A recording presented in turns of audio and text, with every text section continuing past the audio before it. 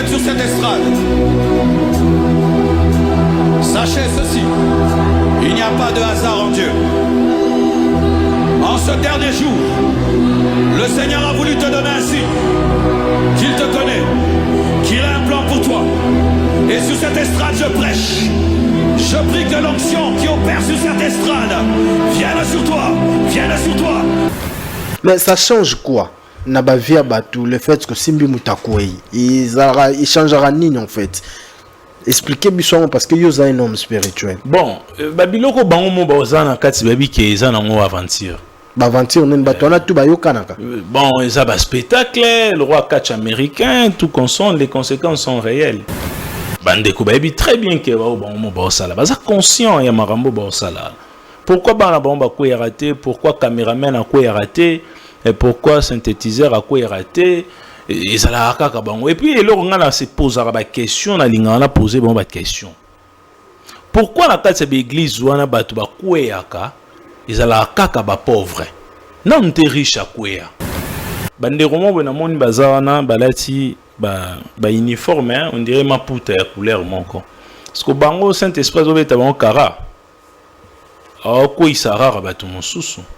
Tazaïna pour ça pour na bangote pour la batumsus. Pour na batumsus. Bon, on a eu un pouvoir mystique quand les esprits viennent.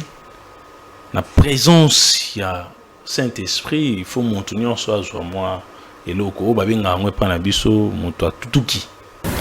Soromoni toza mibali, soromoni mobali akufeli mwasi na inane ko kita bali, c'est que moi c'est na bazalaki déjà.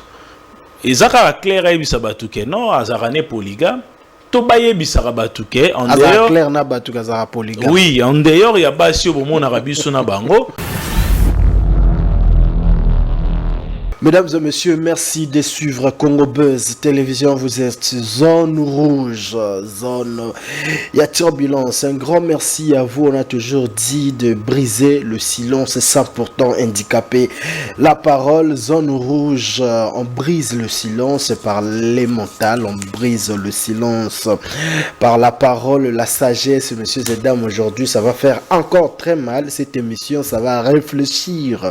Et aujourd'hui, nous avons un invité de marque, c'est pas l'habitué de ces plateaux, mais a signé quand même ailleurs les canaux zone rouge. Alobi peke a olongo la bagan, banini tout ça, andimi olongo la bagan. Bisopé tout ça na problème té. Tokoloba, mais to handicapé des paroles té. Yo ebika kanenge zala kaka abonné à Niveau TV pour na bandeko bazolanda biso na Niveau TV na YouTube. Un grand merci na bino morope boyebi que chaque vendredi ezalaka rendez-vous na biso ya zone rouge na Congo Buzz Télévision 14h30 Bobo Sanate pour na Rolanda biso. Alors messieurs et dames, c'est un réel plaisir de savoir que vous êtes nombreux disséminés à travers le continent en train de suivre cette émission. Aujourd'hui on reçoit un maître spirituel, hein, tozo respecté wana, et puis il y a un maître spirituel car il y a un grand maître spirituel. Son nom c'est Chika, c'est le Métatron responsable d'un centre spirituel Mpole Namokili. C'est un mouvement panafricain et c'est avec lui que nous allons réfléchir sur un thème oyo bandeko nangai est très important parce que toujours se poser la question et belé. Alors le thème c'est la spiritualité africaine, héritage face à la modernité. C'est dans ce thème wana ndetoko meka kusolola na maître Chika. 081 021 55 35, c'est le numéro de cette émission. Vous pouvez appeler, écrire également ce que vous en avez besoin payer à Rosolola na maître. Alors bah pas l'africain bah réfléchir à moi ndenge mon côté na ba charlatan. Maître Omekempe Rosolola awa na plateau na biso. Je vais ouvrir le champ pour recevoir le maître mais Bobo Sanateur rubrique vidéo ezali. Hein, rubrique vidéo ezali to sololango maître par longola bagan. Tuna ba makambu tout boyebi ke photo tuna awa na kati ya zone rouge to bomba raté. Maître Chika mbote na yo. Mbote papa, mbote na ba imboka banso bazolanda biso siko. Asepel comment na maître Chika. Merci ngapi na sepel. Na zela ki oya na ba tenue na yo na ya mona mona na ba vidéo tout ça mais lelo vraiment il a costume tout ça. très propre les sous. Merci Des fois, beaucoup. tu recevoir un maître spirituel, l'air bayaka, lamba morobo, chaîne, nini, tout ça. Mais yo poni royabo. Bon, juste, Ezaranango, il a battu mon salaire à moto. Néanmoins, mon tourné, mon valeur, et connaissance ou azana yango, azo dégagé, de mon salaire influence ma casse. Donc, tu connais un peu que là, taboué, néanmoins, tous autres à la spiritualité, tu peux que là, tabac outil, nabiso, tout là, tous autres, ça cause pas problème. On a présenté le rôle à grand maître spirituel, et puis Ming Balobaka, aux appelés Métatron. Rai kombo Métatron de muto. Et bendi moi makanisi na ngai trop na habité sur na salle présentation na bia yo so lingo baki so bakisani. Non, juste oyo lobby yango wana onazali, mais appellation ya Métatron. Métatron ezali kombo ya archange moko o azali likolo ya ba angelo nyonso. Donc yende moto azali chef ya ba royaume nyonso. Na lingala ba obenga ye Mosika na Nzube. Azali l'un de nos ancêtres pe bande ko invoqué Mosika na Nzube. Mosika na Nzube. Wana na lingala. Wana na lingala. Okay. Donc appellation na yango wana. Néanmoins azali mokonzi ya ba création ya monde cosmique nyonso. Et ba te belé il vient juste après Dieu. Selon selon la les enseignements, signification, oui. ouais. Ba te belé ba prière ye, ba pensara loko azara nzambe. Or ye wana te mutazala nzambe. Néanmoins azali lumière ye mutasimbi torche ou ezali ko éclairer système nabiso. Donc ba te belé ba prière na bango et sous 42 vers Métatron. Est-ce que yo comme Métatron ne pendant que ça a été? Bon, il y a le roi benga Dieu. Donc le roi demi-dieu, le roi est pas à demi-dieu. Il va considérer qu'il est demi-dieu. Évidemment, combo ya Métatron nazwaki yango après initiation. OK. Tango na CDC initiation, batali degré ya capacité au nazali na yango, babino il faut to couronner au na cube Métatron parce que dimension yo atteindre eza na être humain moroté à atteindre dimension wana. Donc esengeli na yo aux la Métatron parce que dans les jours à venir bat ba osambela yo peut reproduire ba énergie ou ezali très positive. Oui, bat ba osambela nga et ça veut dire quoi? Donc biso tonde to fanda boy Yesu to Bouddha to ni yopé bon comment sambelo bon. Évidemment, mais bat belé ba prière presque au bat basala bat sambela ranen.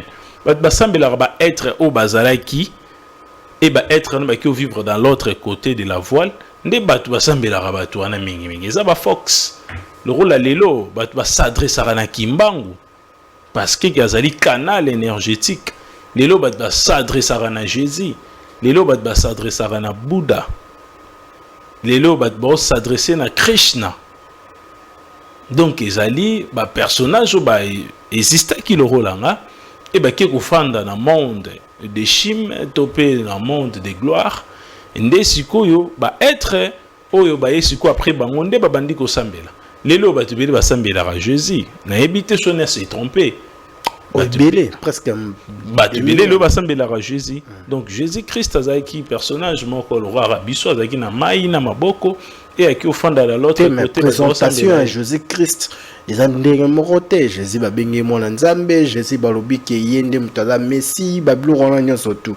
Mais yo bazo présenter ndenge wana te yo to beke ozana ka frère na biso tozana aussi masima boy so bimi boy papa na yo zalaka tout ça donc yango wana ndesiko ce que mona na mona ce qu'on est nga par exemple boy un jour na bando sambela maître Chika nazo sumuka to eza logique parce que soit na oui même na lobela j'hésitais na lobela ta Siddhartha Gautama o lelo babenga kae Bouddha azaki na papa na ye azaki na mama.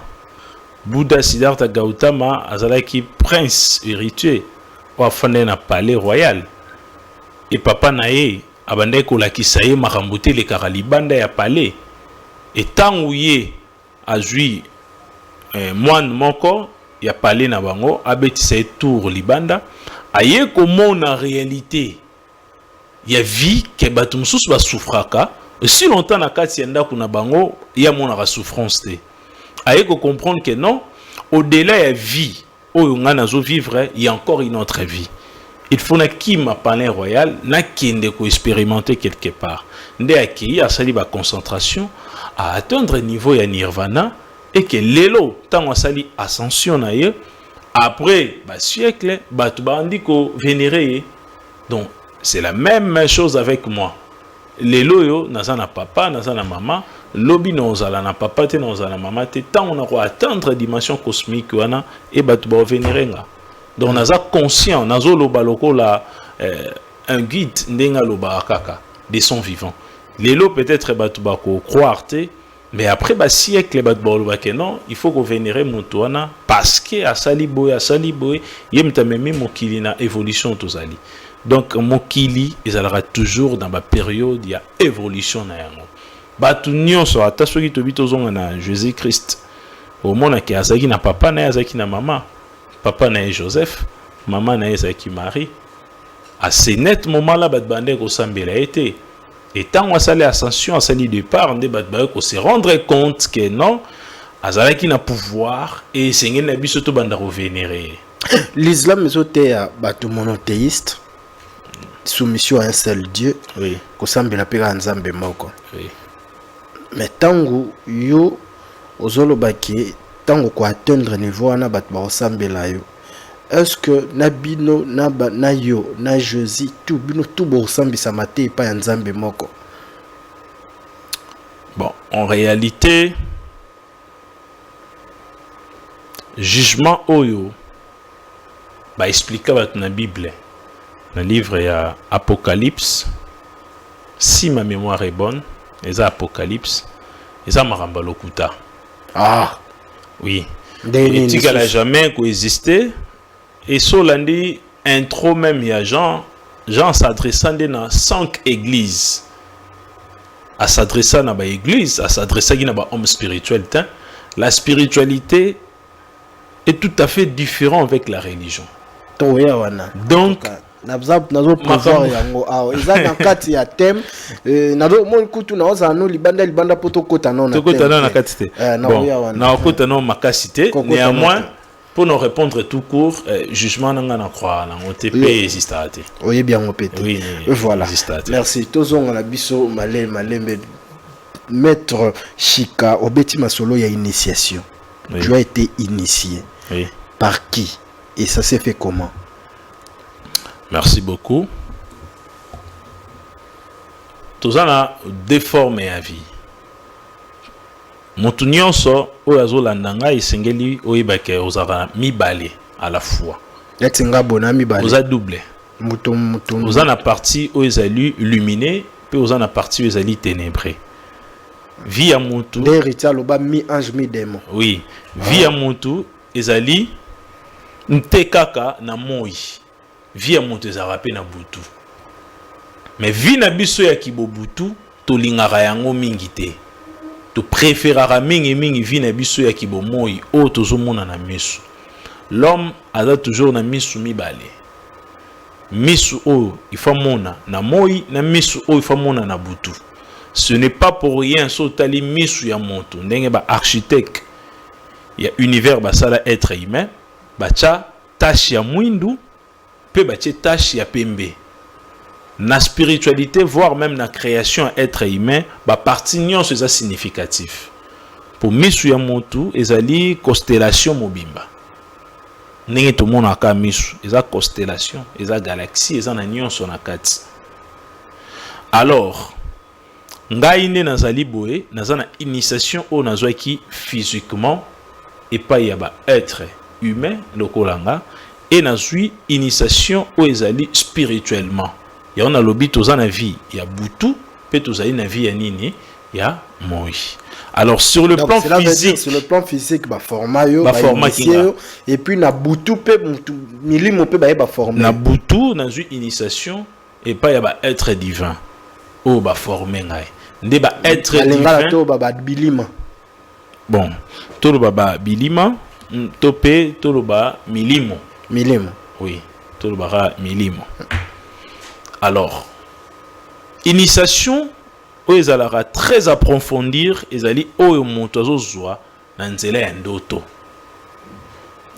parti nyonso to mona kana ndoto na biso ezaka vie na biso mususu néanmoins to négligeara yango.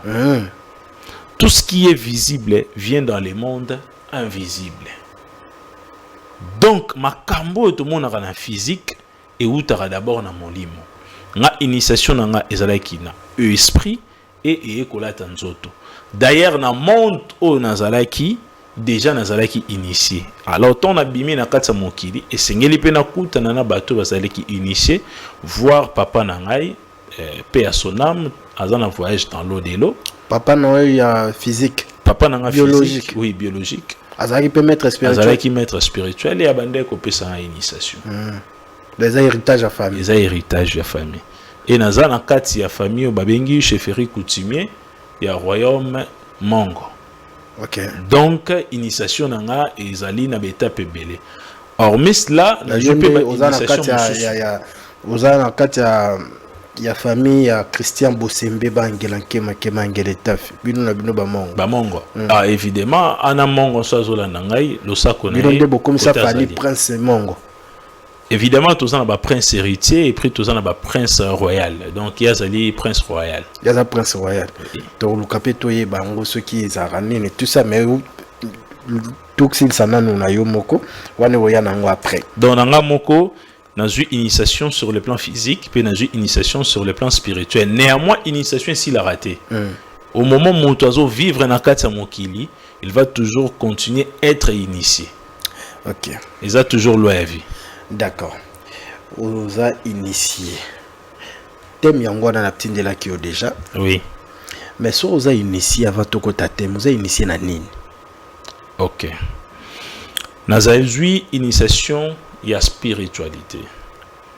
Spiritualité ezali maye oyo esili kotala molimo.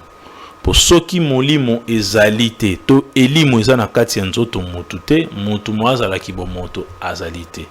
Initiation ya liboso o nazwa ki ezali na yeba importance ya existence tanga na kati ya planète Terre. Nezali initiation très fondamentale. Mutu nyonso azaka na kati ya mokili fo yeba bit na ye o aye na kati ya mokili. Yango voir même sotani na ba société, ya na partie mo babengaka préambule, pe na partie mo babengaka statut. Ilingaka kolakisa eloko nini société wana il fait ça la to ko banda ko sala. Bit na bango ezali nini eza ndenge moko na être humain nyonso tonga yaka na kati ya mokili na kati ya univers local oyo azali na mission oyo nzambe apesi ye asala na kati ya mokili nde ezali première initiation ya motu fa sala yango wana. En dehors de cela soko yebi bit ya existence na yo nde sikoyo okoyeba bon lokola nga nazali guide spirituel esenge na nga nazwa sikoyo initiation, il y a 4 éléments de la nature. Naïeba ko manipuler mabele, mopepe, moto, na mai. Et singeli nangana zwa initiation sikoyo, il y a plante. Pour nazali moto équateur, faut naïeba plante. Il faut naïeba nzete oyo, na nzete oyo, soko sangisi yango européen sa force nini. Alors faut naïeba lisusu initiation ya mai. Pour nazana ibale nazana fleuve ya monene nazana biziba il faut nazwa connexion ya ba bilima o bazana kati ya mai pour nayeba ndenge ko manipuler mai. Donc ce sont des initiations o ngana zwaki mais ezali ba initiation mo ezali spirituelle. Et ça combien ça les m'a pendant combien de temps? Initiation ezwa vie ya moto mobimba ti étape en fait. Yo zwa combien de temps pour okoma maître? Bon, tango na longwe la monde cosmique tant lune na soleil va se mettre d'accord na koti na kase libumu ya mama et directement initiation au niveau ya ventre déjà na zwaki yanwana. Donc on a eu d'abord 9 mois na kase libumu. Bon na ça plus de 9 mois, ça 10 mois. 10 mois et 2 semaines. Donc on a salué 10 mois et 2 semaines na kase libumu na zwi initiation et na robima nanga directement la bandi initiation jusqu'à aujourd'hui. OK. D'accord. Voilà, mesdames et messieurs, voilà, tout le monde comprendre que mettre aux alliés na boutique exotérique. Habiter ceux qui bako la biso on a affiche boutique exotérique. S'il vous plaît, la régie, restez avec moi. Aux un centre spirituel au Pesaraba enseignement. Habiter ceux qui bako la régie, s'il vous plaît, tout mon yango. et expliquer bisonano boutique exotérique marché nango le kande neza penene pour ngana obi exotérique mais batu na bandaku moi mo azotala ebite exotérique ezara nini expliquer. Non, normalement tant tozali kolobela boutique ésotérique ezali boutique oyo tozali koteka ba utile ésotérique ezali ba utile oyo ezali ya spiritualité tel que ba à 100 poto ke na biso na définition vraiment large te ya sens ya non donc eza ba à 100 eza ba amulet o bomo na lati mi bato bele balinga obenga na kombo ya ba pentacle ezali na ba bague ou na silicolata, ce sont des outils énergétiques. Donc ezali wana pona ko renforcer ba énergie na biso et en plus de cela na kati wana tozali na ba boule de cristal. Ezo permettre biso pona ko sala ba méditation et pona ko sala ba attiration positive. Na kati ya boutique ésotérique tozali lisusu na ba olistral. Donc ba olistral ezali ba mai oyo normalement na appellation quinoa topé na appellation na biso tolinga robenga ngo mai ya lupemba. Donc ba mai oyo ezali ke soko utiliser yango et que ba énergie positive et rokote la yo. Na kati ya boutique ésotérique tozali lisusu na ba parfum d'attirance pour na ko attirer ba énergie eza positive. Na kati ya boutique ésotérique tozali lisusu na ba parfum de protection pour na ba attaque nyonso négatif. Na boutique ésotérique tozali presque na ba outils ebele tozali pe na ba teni oyo bato bakoki kozwa nyonso tochaka yango kaka na affiche te. Na kati ya boutique ésotérique tozali pe na ba papyrus et tozali pe na ba œuvre d'art nkongo oyo to chaka yango à la disposition de tout le monde. Avantage na kati ya boutique ésotérique o eza nini? Boutique o ésotérique ba biloko eza déjà concentré. Je sais pas si Jordi tu peux rester avec nous. Voilà, merci beaucoup. Vas-y. Donc na kati ya boutique ésotérique oyo tozali na biloko mosusu o ezali concentré na biloko mosusu ezali non concentré. Donc to tchaki yango à la portée de tout le monde po eza na bato mosusu bazara na posa te azwara ba initiation epa na yo aza na posa somba eloko na ye aza na peu déjà initié mais alinga somba kaka produit epa na yo tout ça. D'accord. La place yo somba peut-être en ligne na France to na ba chaîne mosusu wana basa ndene po azwa est-ce que numéro to opesa ba benga ngai to nene. Bon plus c'est ba contacter o bazana facilité aux zonga. D'accord, c'est au centre spirituel. Oui. Et ça rendait ni pesa li marande. OK. En étant guide, mon to babenga ke guide na lingare loko na souligner bat nyos baeba. Jamais bakoki ko benga moto guide spirituel sans pour autant soit azali na place taper sa renseignement. OK. Depuis création ya monde, depuis le monde a été monde, jamais Montorose a appellation ya guide sans pour autant azala na ba disciple physique au baza asu. Donc ngai naza guide na pesaka encadrement na jardin botanique à partir de 11h30 jusqu'à 13h chaque dimanche. Chaque dimanche na jardin botanique. Jardin botanique. Donc na pesaka enseignement et ba panafricain bazali wana ba fidèle bazebele. Bon, tout ça na posa il y a nombre de personnes te. Mais tout ça na posa kaka ya batu ba ya bazo enseignement parce que au risque congolais pas linga kota monde yaki bat bazebele ko madia ko atteindre combien de fidèles déjà. Normalement na ko compter parce que batu baya kaka batu bazongaka. Batu baya kaka batu bazongaka. Sur le plan ya virtuel c'est to compter to ko mebele makasi. Parce que na encadrera batu mususu baza na Congo te qui ne sont pas aussi des Congolais. Mais na ba différents groupes on a encadrera batu. D'accord. Oui, donc bat bazali penza ebele. Voilà. Merci beaucoup mesdames et messieurs, nous sommes en train de continuer. Maître Chika, tous à la franc, hein? Spiritualité africaine. Est-ce que ils allaient sagesse to ils allaient sorcellerie moko maquillé tous à la France qu'on a eu toko sape batu te bato ba otala biso na bandaku tozana 3 formes ya bato tozana ba sur intelligent tozana ba intelligent pe tozana na ba moins intelligent to edesko ba moins intelligent bato balobaka que spiritualité africaine waneza kindoki bon est-ce que ça sagesse to eza spiritualité moko to sorcellerie moko maquillée bola tsango nzoto po bat ba mona ngo keza bien. Merci beaucoup. Avant de répondre, le temps est le meilleur allié de la vérité. Alors, na temps aux alliés, batu nyonso ba comprendre que mai nyonso o balobela ki sur l'ancestralité africaine eza lokuta. Lelo mutu nyonso yango moni ba panafricain ba se révolter partout. Ba komi ko déranger batu ebele. Parce que na oti koloba que temps ezali meilleur allié ya vérité. Na spiritualité Nkongo Mtope na culture africaine, la sorcellerie n'a jamais existé. Oh oui, Tikabo. La sorcellerie n'a jamais existé. Donc kindoki ezala raté. Et tikala jamais coexisté pas. Mais bisoto ono mono azandoki tato azandoki aliaka batu na butu tout ça. La sorcellerie est très récemment. Et surtout dans le Congo, la sorcellerie est na ba 1880. 1880. Oui, 1880. Ouais. La sorcellerie est en plaire dans Katia, bassin à royaume Congo. Dans le Bélarare Afrique mobimbate. Dans le Bélan Congo. Na Katia Congo, tout la spiritualité en Congo.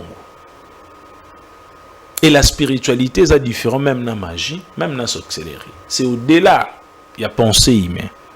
Na Katia spiritualité, tozana eloko babengi sagesse. Et na kati ya sagesse tozana eloko babengi énergie. Na kati ya énergie tozana eloko babengi puissance. Na kati ya puissance tozana eloko babengi manifestation. Donc na royaume Congo tozalaki na ba sage, pe ba sage wana bazaki na ba énergie.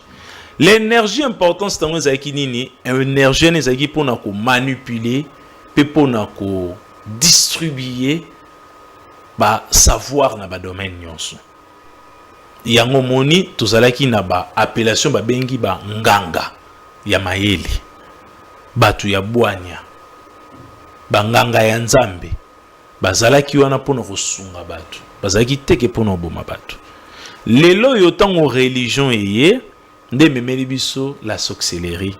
O ezali mèche ya magie.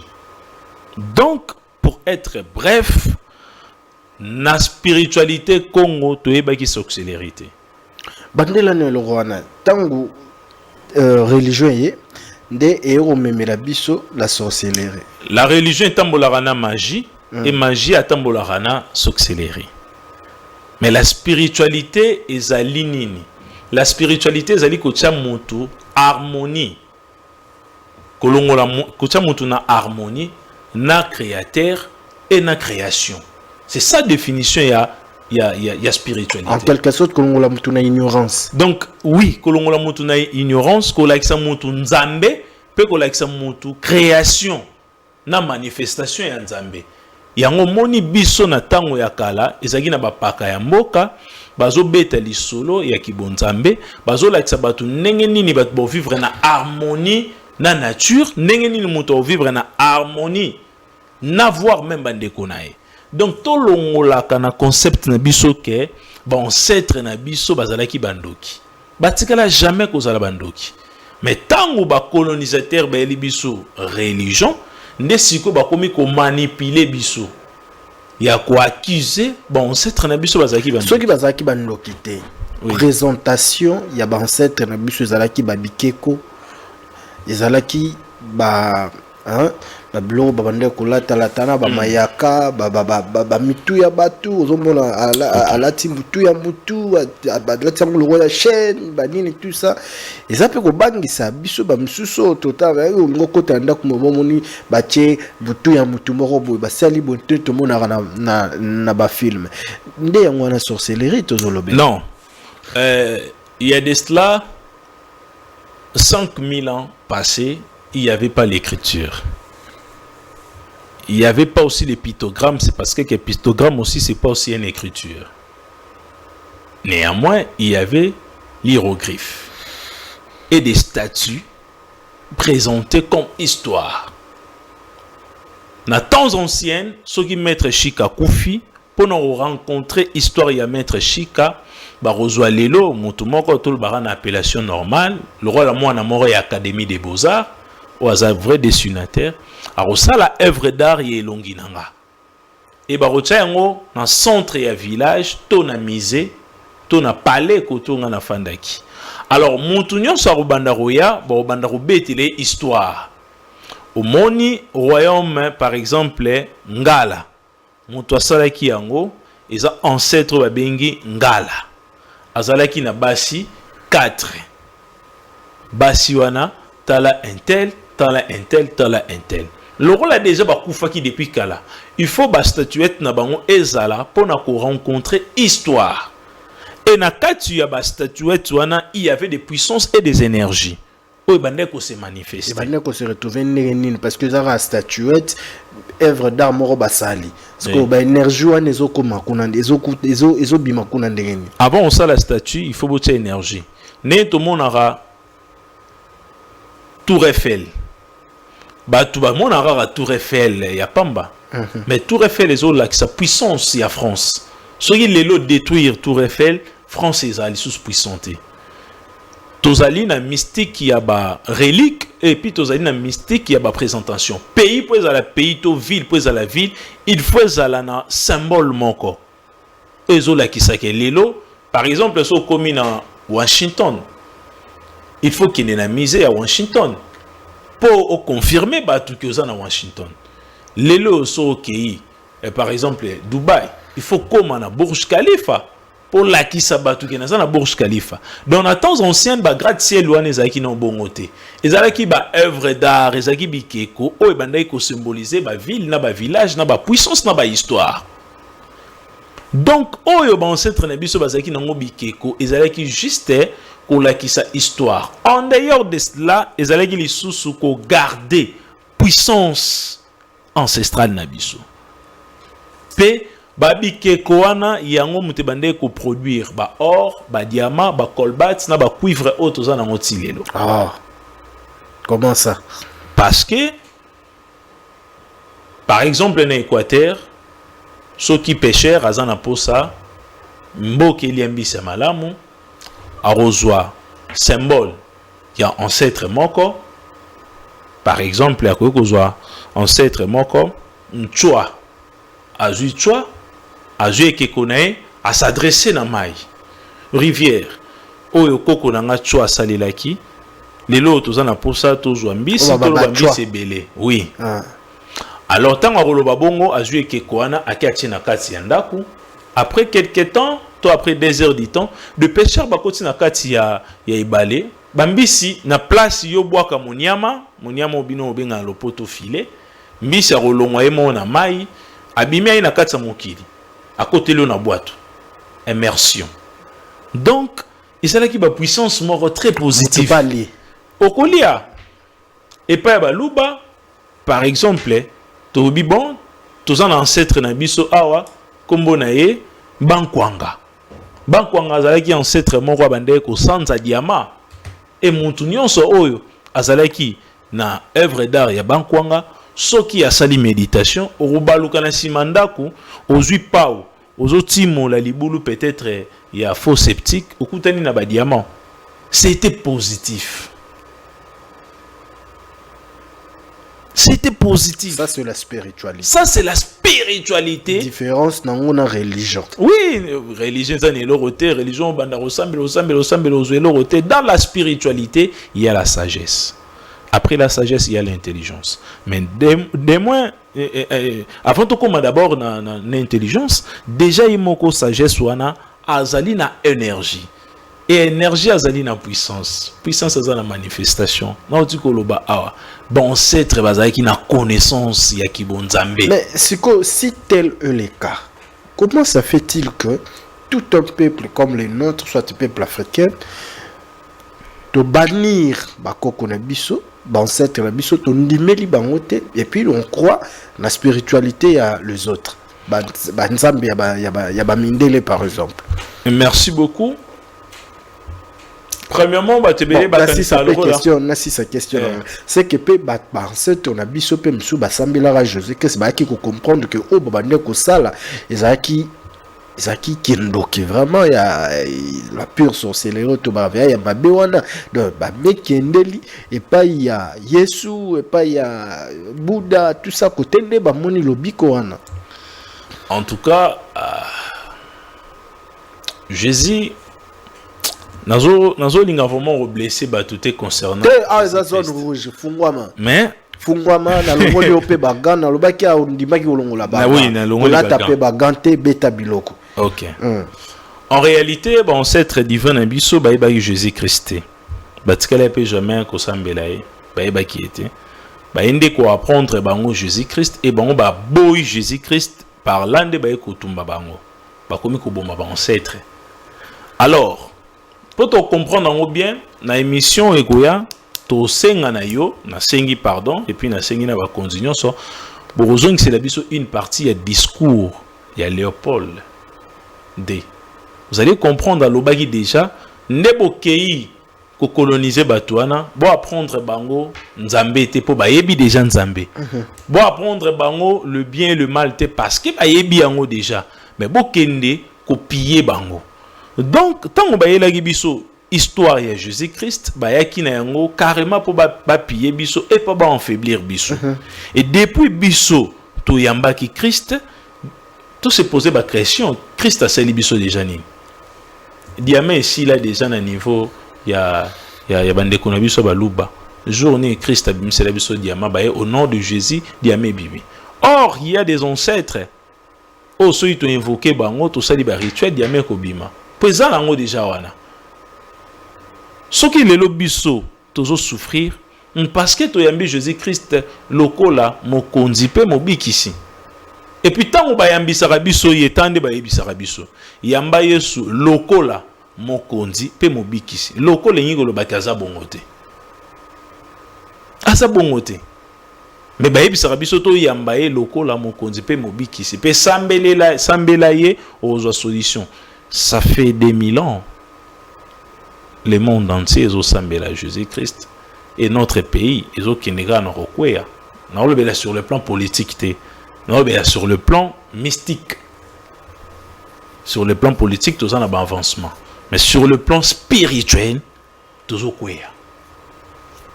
Nous sommes Kwea. Depuis Jésus-Christ, nous avons relié sous ce panaote pour Zandoki. Depuis Jésus-Christ, mon payanyon sa commandoki, il faut y état d'âme. Depuis Jésus-Christ, ba fazer ba kome belé. Mon frère, na rocha mutu nanga okatana. Kombo ya fazer. Kombo ya fazer. Na temps, ya ba ancêtre tkala jamais coexister. Ezaki na mutu monta bande kolala libanda. Pour na été ke o azangi place kolala. Nos ancêtres qui n'a sens il y a humanisme. Même au-delà de humanisme, mettant conscient humanisme, qui n'a conscience divin.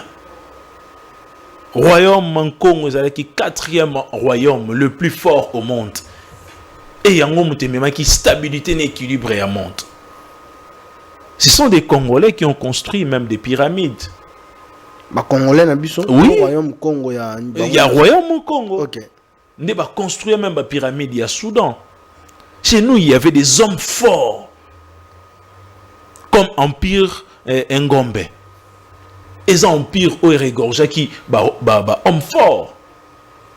Donc, Jésus-Christ a un loro moroti à nouveau. D'ailleurs, et loro oyo, bon, cette nabiso ba rejeté Jésus-Christ, c'était d'abord quoi?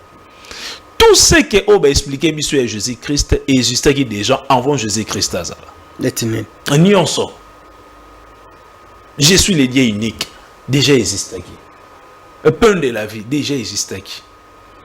Parce que biso awa avant monter à la roi, montu et Seigneur na yaouta d'abord na spiritualité.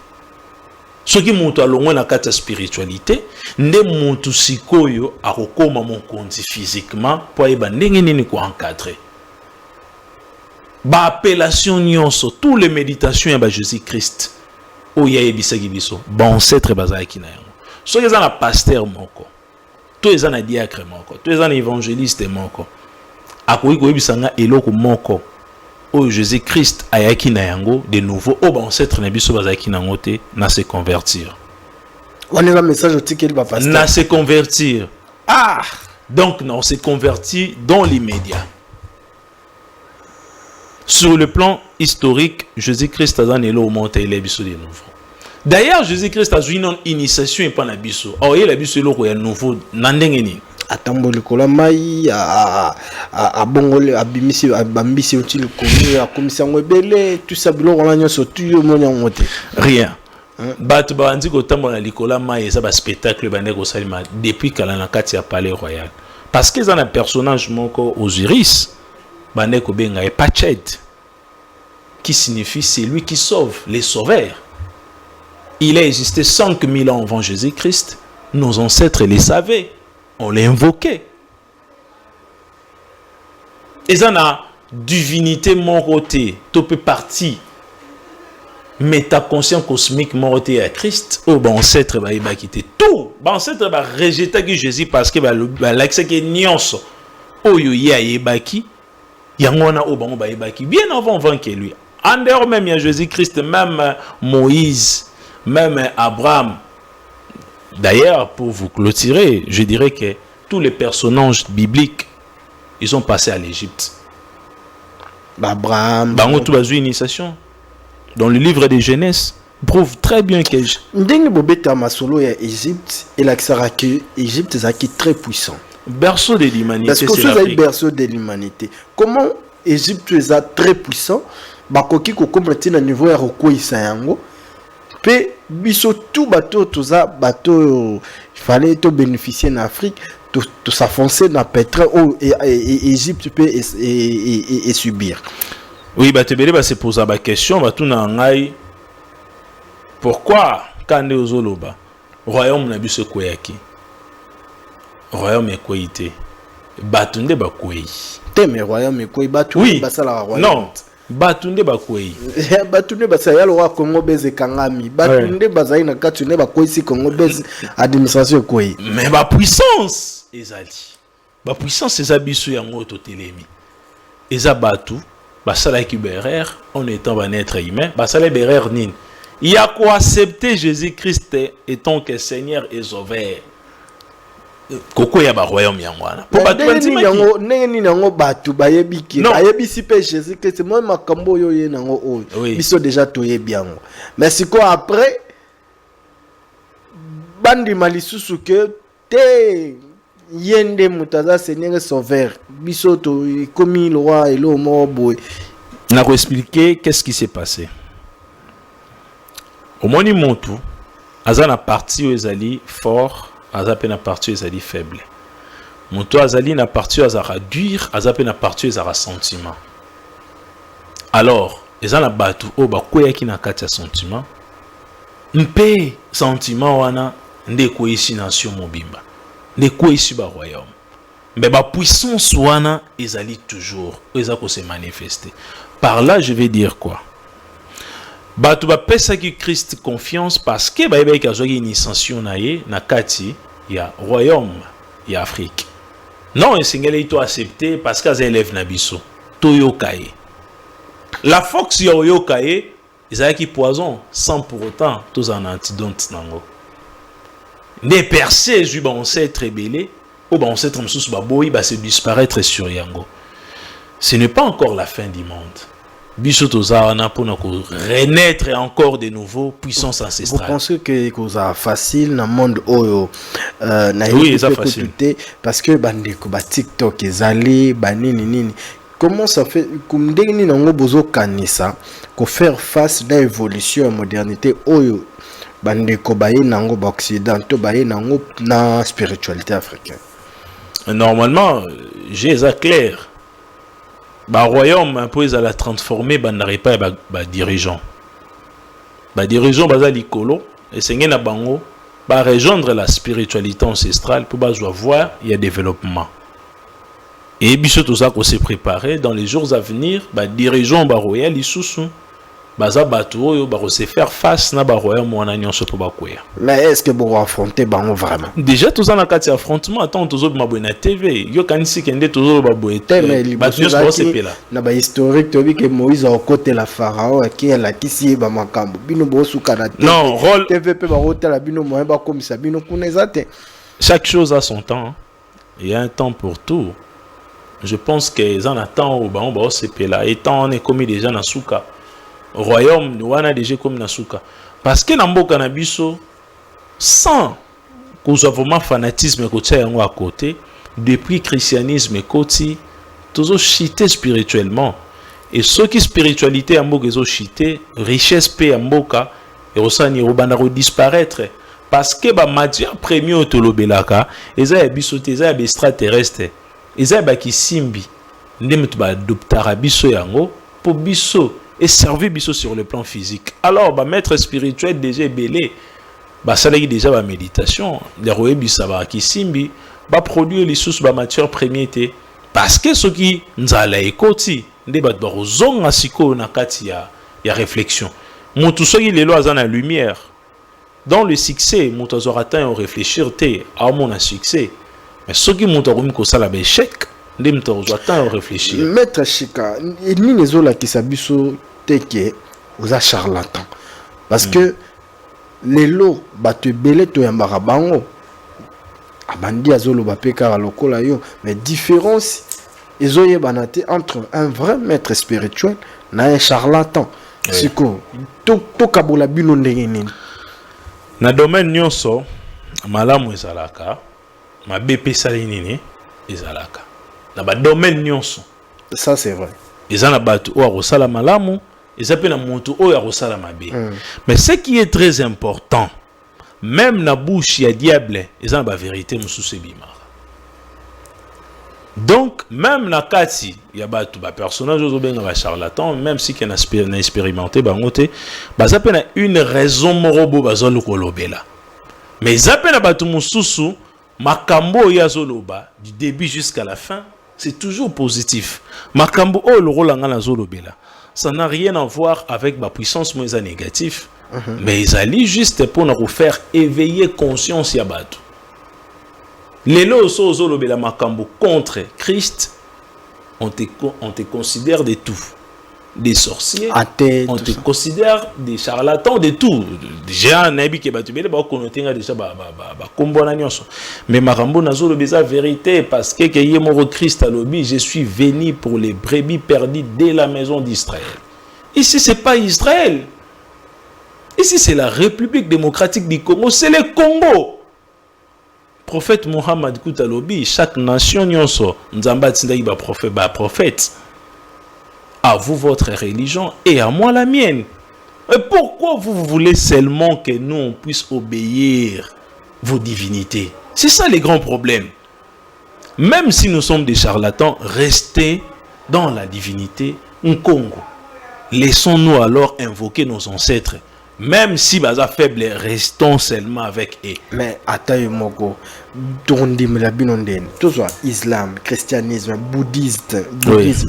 Ba religion là surtout les lots baza na ba université, baza na ba grandes écoles. C'est quoi il y a bino ezap ba institution spirituelle la bin. OK. Ezap. To kota bino dotitende. Normalement école au le lot to ba université et outinamo univers. Alors, univers local au Tozana Yango, Pythagore, Platon, Aristote, aristocrate, Bangotou, Batang en Afrique. Donc, ils ont ancêtre nabiso, des bazaba inventaire ya ba école. Ancêtre nabiso, des bazali ba inventaire ya connaissance nyonso tozali. Alors, na temps ancien tozana deux formes autant de couper sa connaissance. Ezali na connaissance bande couper sa manase ya banzete, arbre moko ya monene, ba couper sa initiation, ezana ba initiation e bande couper sa na kati ya ba bâtiment. Donc to construit bâtiment et que to couper sa initiation na kati.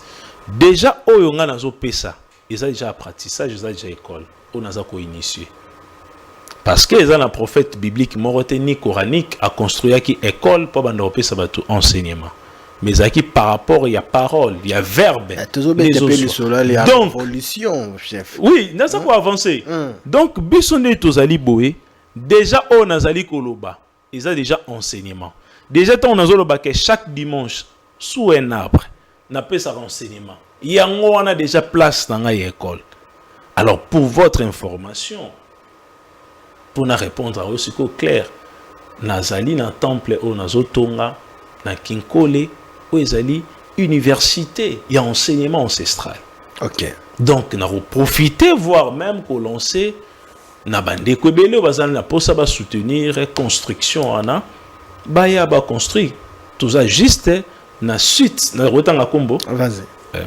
donc bato ba kinara nzela ya Kinkole soki bokomi na morgue ya Kinkole ezali na parc moko ezala kawana na gauche nango sozo matanzela et après parc wana ils na suite moko ya Odyssée na kati ya suite wana nde to sombi place na biso ya construction ya enseignement na biso néanmoins avant d'abord to kende kuna tozo sanganaka chaque dimanche na niveau ya jardin botanique tozara na rubrique na biso vidéo to linga to laksa bato ba inviter na biso batala ba ebisa biso qu'est-ce que ils en pensent la vidéo ana lokwa to beta masolo spiritualité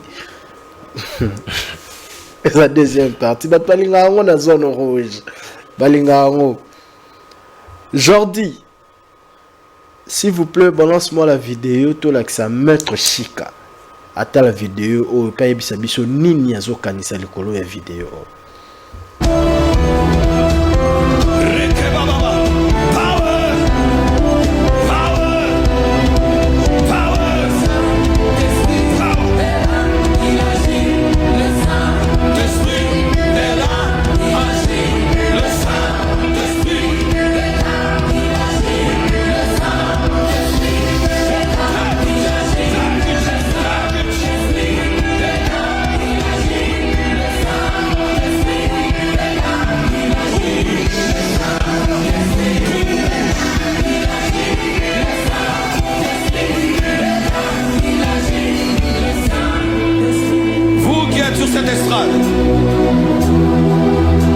Sachez ceci, il n'y a pas de hasard en Dieu.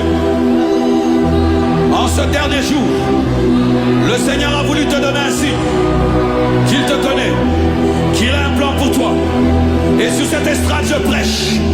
Je prie que l'onction qui opère sur cette estrade vienne sur toi, vienne sur toi, vienne sur toi, vienne sur toi, vienne sur toi. Prenez, prenez, prenez, prenez, prenez, prenez, prenez, prenez, prenez, prenez, prenez, prenez, prenez.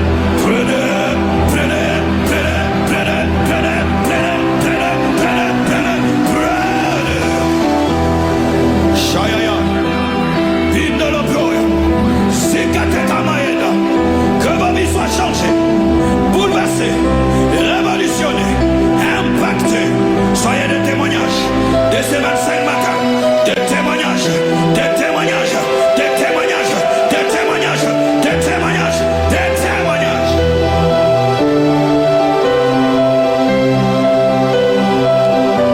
Levez les mains.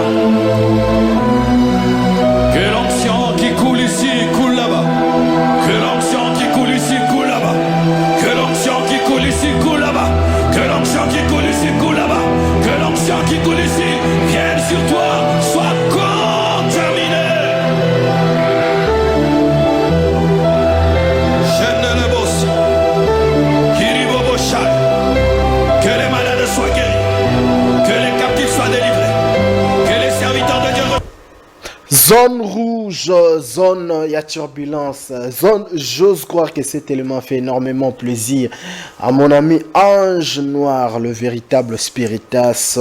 J'ose croire que l'élément fait également plaisir à Blaise Sissa, Mabele Pete, Lona Kaka, Oetikali Taliote. Exemple à suivre, boutique exemple à suivre, par Odilo Mampouya, Naebika Sepeli, na vidéo, oyo, surtout il y a Alain Bomolo. Masolo trop Alain Bomolo, hein, le noble la biso ndenge zala kaka maître Chika omoni Pasteur Marcelo. Temple ya Gaillard na mboka oyo. Azokoisa batu, tout ça. Sur la religion. Tu peux d'abord commenter quoi par rapport à cette vidéo? Tu vois le miracle, le pasteur est en train de faire, tout ça. Or, commenter non nini yango avant ki na makamususu. Bon, c'est bon bien. Pour na mona ki otango ozota vidéo zo ningisa mutu. Net zo regretter na yebite. Ouais, c'est bon bien de faire le miracle. Bon. Ma ben avant ezalaka. Ngaswe na lobby maram na bango esukela nga mabe. Temelo bana biso keza na zone rouge beta biloko pungwa ma beta. Ngasko eloko ona ningisi mutu eza bande romo bona moni bazawana balati ba uniforme hein, on dirait maputa ya couleur moko. Parce que bango Saint-Esprit zo beta bango kara. Ko isara batu mosusu. Tazai na posa sa pona bango te pona batu mosusu. Pona batu mosusu. Bon, ngana yebi na pouvoir mystique quand les esprits viennent. La présence, il y a Saint-Esprit, il faut maintenir soit moi et l'autre, babinga moi pas na biso, monto tutuki. Donc faut mon lit moins joyeux. Mais ce n'est pas aussi mauvais. Il y a aussi là-bas babilo comment bon. Donc mais ça change quoi? Na ba via batu le fait que simbi mutakoi, il changera nini en fait? Expliquez biso parce que yoza un homme spirituel. Bon, babiloko bango mo bazana kati babi ke ezana ngo aventure. Ba aventure non batona tout ba yokanaka. Bon, ça ba spectacle, le roi catch américain, tout consent, les conséquences sont réelles. Oui, ça pasteur Marcelo zo betel sone. Mais oui, bango ngama comme la bon vraiment la linga so kota mingite. Bande ko babi très bien que ba bango mo ba sala. Ba conscient ya marambo ba sala. Pourquoi ba bon ba ko raté, pourquoi caméraman a ko raté? Et pourquoi synthétiseur a quoi raté et ça la kaka bango et puis alors on a se poser la question na linga on a posé bon ba question pourquoi la tête de l'église wana batu ba kweyaka ils ala kaka ba pauvre non te riche a kweya mutu mbongo moko pesa mbongo ebele na église que tout le monde vraiment kwei ils ala raté même en taso ki papa Roland Dalo batu bazaka liboso wana to ebi bango ba kweya raté. Et ça va monter mon bazan en bon côté na poche nde bakweyaka. Allez-y comprendre. Ngana on sait la paix zoom sous na moni autorité moro akwei. Neti facha yebo ko si facha. Te toujours ba mukonza mboka te. Donc toujours ba monter moro akwei. Toujours ba monter moro akwei. Po yo peso ke okweya te. Po oyo ka sonike ba zoomer vraiment na caméra grand journaliste akwei. Donc vous allez humilier bateau ba quoi yana la plupart ezalaka donc mutumo azoluka voyage à poto azwakate bani na komi désespéré ba agence mususu bazo patienter dans komi kana kweya tika nzamba mona rande na kweya. Pasteur Marcelo auti ozala confronter na problème moko awa moi ça kufaki après moi c'est okufa ou mériter moi ça robota mais na minute on a batik et pardon eux bala moi c'est mususu na ba TikTok qui crée ba problème que az aventurier az aboye yemta salibo ya zongi boy bazo attaquer na bandenge nyoso tout yo ko commenter ni sur rien. Normalement vie na yenga ko commenter vraiment il aura crafté. Mais est-ce que ça m'a bé ko bala sito ko kufa ko ko bon abali sito te soro moni to za mi baliti so moni mobali akufeli mwasi na inane ko kita bali c'est que moi c'est na bazalaki déjà ezaka clair ebisa batuke non azarane polygame to baye bisaka batuke en dehors clair na batuka za polygame oui en dehors ya basi obo na rabiso na bango tozaka na basi mususu quelque part que ceux qui mwasi na nganda kwa sali matata na kozwa wana ezapé mabete za polygame. La polygamie est purement africain et purement congolais. Oui, c'est normal. Bah explique à tout normal. Batika ko juger soki bongo. Alia moi sinaye, toi alia moi sinaye te mutaza na preuve physique to spirituelle azana ngote. Mais ba comprendre que ndenge bazawana ba pasteur baza ndenge moko ndenge ka to mona ka bandeko na biso ba fali ba wera ba biso toza ka biso nyonso ndenge moko. On a les mêmes sentiments, badraga basi, basala makambu tout, tout basalaka. Donc azana droit na yobala. Mais na kati ya pouvoir ancestral, soki motu ozalaki na mwasi moko okobalaka to pe koko se remarier encore jour mwasi yana akokokisa mbula moko na se ya mabele wana epesaka biso priorité ya kokende kosangager côté mosusu. Donc soki ezaki azalaki déjà na mama wana bien avant que mwasi na ya kufa, là ce n'est pas un problème. Ok, et comme problème nde soki abalié et comme problème pour na ba jaloux hein, baza pe bandeko na biso ata baza ba chrétien to koboma bango ta baza bandeko na biso hein, eza bato mususu pe baza jaloux vis-à-vis ya bato ana linga pasteur azoye ka pasteur azoa quand même sous rapide mais ya linga pasteur a considéré le roi pasteur a considéré était à na réseaux sociaux. Voilà, maître Chika au sel ça rappelle bato oui. Et ça les marandé nine pour celle ça ranine. Tous les canyons sont difficiles. Il y a spiritualité na traita na ngobato. Ba kawe ezali facile na initier motuye mo rasala. Neti ka facile c'est ça neti ni. Ah bon, par exemple motu mo sina yakimiye motu aza peut-être na ba problème mo ya ba mari de nuit ba bilo mo bon ça ba facile. Après ça motuye mo ba méthode neni non sala. Cas difficile les années. Cas difficile par exemple ba longolé na musala za innocent. Soit entreprise nae il faut qu'il y ait des liboso soit azana maladi moko microscope et mon arayangote même si ameli ba médicament ba maladie mo incurable nde ba kaonga na traitaka yango ana plus pour soki monto azana posa alors na soki monto azana posa kuta na nzambe et sur le plan surnaturel nde ba kaona na salaka to bengo penganga na oui na nganga na appellation ya ba ancêtre na biso po ngangeni ko laksaka moto maele. Oui. Tu peux toyer na tout ça aux un temple. Oui, dans un temple pour ngamo pe corps na ngeza temple. Mais il faut so ngo opérer l'eau, il faut qu'il ait. Yo zate bato apé ça ba porte-monnaie magique, ba salaraboye tout ça. Ngamo na porte-monnaie magique ta. On peut sangango. Mais nayebi que ba maître spirituel ba pesa tenga za na ngote nazala ngote o nga nazala na ngote na pesa pété donc nazala porte-monnaie te code ya pe rien. Oui, code yende na sala rapport ali héritage ancestral pour ngamona na code. Oui. Nazwa code na 2016. Code comme ça on a balar ba nini. Te nazala wa mbongo te naza pe pauvreté naza kao nazala motu normal. Na babi code fungola rat. Oui, mais code ya so fungoli moteningi kolobate ke na sa la chaîne ya Congo Bez. Donc motu na motu na dimension na ya vie code ko fungola par exemple posanga rem sous lipate ou la ranzalate. Eza motu msu code fungoli pour fungola port toi comme président de la République selon étoile nae. Code ya a toujours quoi ajouter étoile oyo des choses à la ki na yango. Okay. Donc eza bon. Merci beaucoup maître Chika na surtout ici na biso émission ya biso ya zone rouge bandeko ba sepeli bazui ba nini un mot pour l'émission alors. Merci beaucoup pour l'invitation et puis merci na ba imboka banso oyo basila kolanda chaîne na biso et ba continuer kolanda yango et merci na za rapide na ba commentaire mingi te excusez-moi tout moi ba dédicace non na pesi nzambe mbote na pesi na satana mbote des personnes. Oui.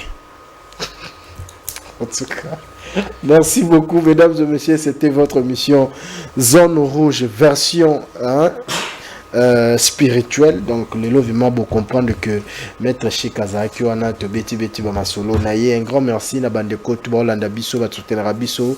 Neti yemoko de continent qui basket na pesio bambote, na pesi mbote na PDG Fabrice Ngelo, la Claude de la ville, bambote na okotozali. Christian Dele basket, mon ami, un grand merci na yo. Et bandeko d'abo sanate ko sabino que le pasteur Mike Kalamba ya Rosala le 30 août oyo na stade de Diour kuna na Kolwezi bandeko tu ya Kolwezi bobongama pour événement ya munene ezoya ensemble na équipe mobimba ya Majabu bakoya wana pona ko kumbisa nzambe et ba toyo bakolinga pe komona biso lundi premier tozala wana le 30 août wana kaka fali po pazobeta na stade premier d'Auguste d'Angola et banderonyo soto balingaka Fally Ipupa bokutana kuna président Moussa Kiyaya bino moko boye bindenge zala kaka et tokutani prochainement. Ciao ciao, merci na Jordi qui était à la régie et restez connectés et branchés sur Congo Buzz Télévision. À plus.